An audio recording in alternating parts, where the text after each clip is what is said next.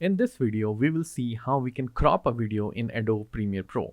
First, select the video and then go to Effect panel, go to Video Effects, then Transform, then Crop. Drop on the video you want to edit. Then go to the Effect controls. Then there you will see Crop.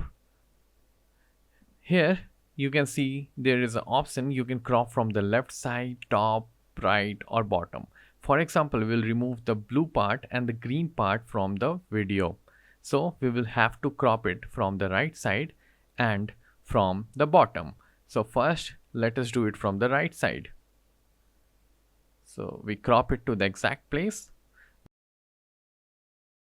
Then we select the bottom and crop to the exact place. That's it, guys. And then you can place the video wherever you want, and that's it. You have cropped the video and you are ready to go. Thank you.